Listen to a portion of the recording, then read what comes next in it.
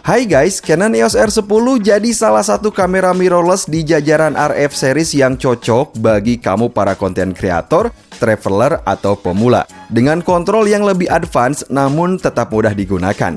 Gak cuma untuk konten reguler, untuk wildlife fotografi atau sport pun kamera ini udah siap banget. Fitur dan kemampuannya powerful dan tentunya mudah ditransfer kapanpun untuk diupload ke media sosial. Yuk kita bahas.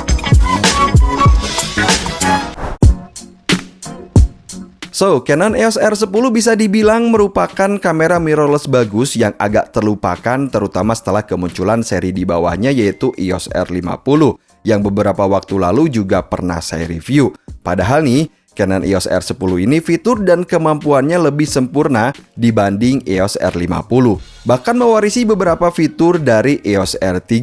Kita mulai dari desain dan bentuknya nih. EOS R10 ini merupakan kamera mirrorless kelas consumer yang diperuntukkan untuk pengguna casual yang hobi fotografi dan videografi tapi tetap mudah digunakan layaknya smartphone. Sama seperti EOS R50, bentuk dan desainnya terasa compact, namun dimensinya sedikit lebih besar tapi tetap terasa ringan. Bobot yang ringan ini tentu aja penting banget untuk mendukung mobilitas kamu terutama saat dipakai traveling.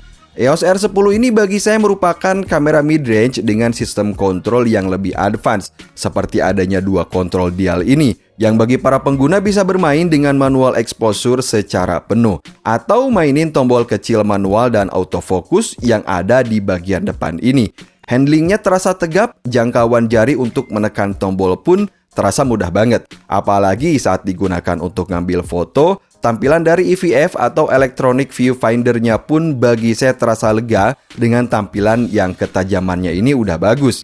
Bagi konten kreator atau untuk kebutuhan vlogging, EOS R10 ini tentu aja cocok banget. Alasannya, sudah ada flip screen touchscreen berukuran 3 inch yang mempermudah kita saat mengoperasikannya. Untuk lensanya sendiri, kamera saya ini dibekali lensa kit RFS 18-150mm yang juga support dengan berbagai tipe lensa dari RF series lainnya. Sementara untuk baterai, kamera ini menggunakan tipe LPE17 berkapasitas 1040 mAh dan tentunya udah support in kamera charging menggunakan power adapter PDE1. Lalu, fitur dan kemampuan dari EOS R10 ini apa aja sih? So, untuk kebutuhan fotografi, terutama bagi pemula, kamera ini dibekali sensor APS-C CMOS 24.2 megapiksel dengan prosesor Image DigX. Prosesornya ini akan menghasilkan foto yang alami dan halus, lalu rekaman video 4K dengan oversampling 6K, dan nilai sensitivitas tinggi hingga ISO 32000 di pengaturan normal. Nah, dari lensa kit 18-150mm-nya ini, tentunya saya bisa dapat foto dengan kinerja fokus yang cepat dan tepat, sesuai dengan apa yang saya inginkan dan pastinya siap di-upload ke media sosial. Jadi, sistem kinerja autofokus di kamera ini pun diwarisi dari EOS R3 dengan jumlah titik fokus yang banyak. Bayangin aja, untuk high speed continuous shooting, mechanical shutternya bisa sampai 15 fps dan untuk electronic shutter bisa sampai 23 fps. Mantap banget dong! Kamera ini pun punya fitur subject detection menggunakan intelligent tracking and recognition AFX yang diwarisi juga dari EOS R3. Fitur ini akan mengenali banyak subjek dan fokus terhadap apa yang ditangkap, termasuk adanya recognition khusus, misalnya pada human, animal, dan vehicle.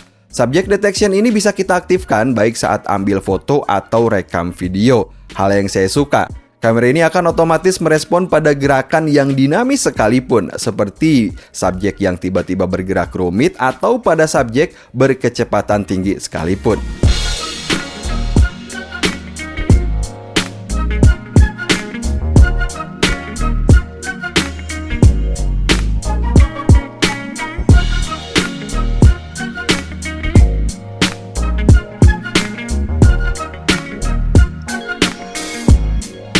EOS R10 punya fitur Auto Lighting Optimizer untuk ambil foto di situasi low light atau area yang terlalu terang.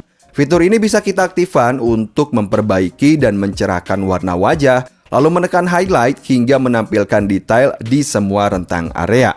EOS R10 ini bagi saya merupakan kamera yang cocok bagi pengguna yang mencari kamera dengan fitur foto dan video yang mumpuni. Misalnya, untuk bermain dengan pengaturan manual atau mengambil foto dengan cepat layaknya seperti smartphone dengan hasil yang super bagus.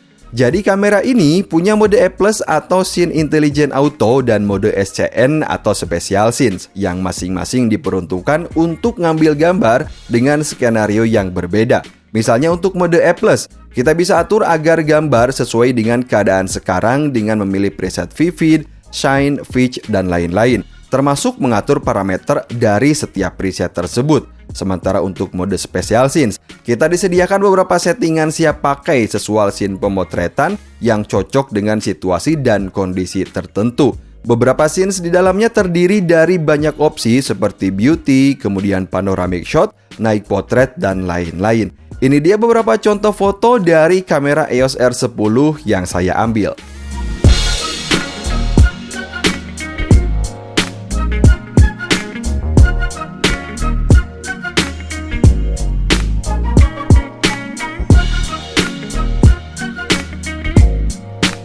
So, kalau untuk kebutuhan video, EOS R10 ini tentu aja udah siap untuk kebutuhan vlogging atau membuat konten dengan kualitas video Ultra HD 4K dengan mengadopsi metode pemrosesan oversampling 6K yang tentu aja menghasilkan resolusi dan reproduksi warna yang sangat baik di semua rentang sensitivitas dari mulai rendah hingga tinggi sekalipun. Dalam kebutuhan video, kamera ini dibekali dual pixel CMOS AF2 yang akan mendeteksi dan melacak subjek di area yang luas dengan kerapatan sensor autofocus yang tinggi dan tentu aja menghasilkan fokus yang cepat, akurat, natural, serta tajam, termasuk bisa ngaktifin subject to detect juga seperti people, animals, maupun vehicle.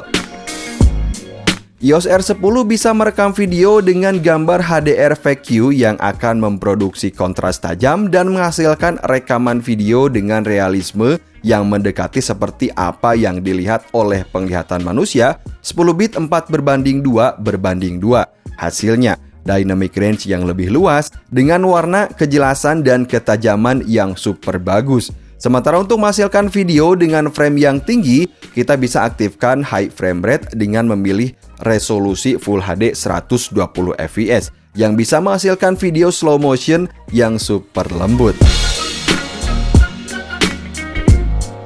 EOS R10 dibekali Optical IS dan Movie Digital IS untuk menghasilkan video lembut dan gerakan yang stabil. Misalnya, saat sedang digunakan membuat video vlog atau saat traveling, ada dua opsi pilihan stabilisasi yang bisa disesuaikan dengan skenario kita. Misalnya, saat sedang berjalan, kita bisa aktifin Digital IS standar agar gambar tetap terlihat luas. Sementara untuk skenario perekaman dengan gerakan yang lebih dinamis, misalnya saat sedang berjalan cepat, bisa mengaktifkan Digital IS Enhance.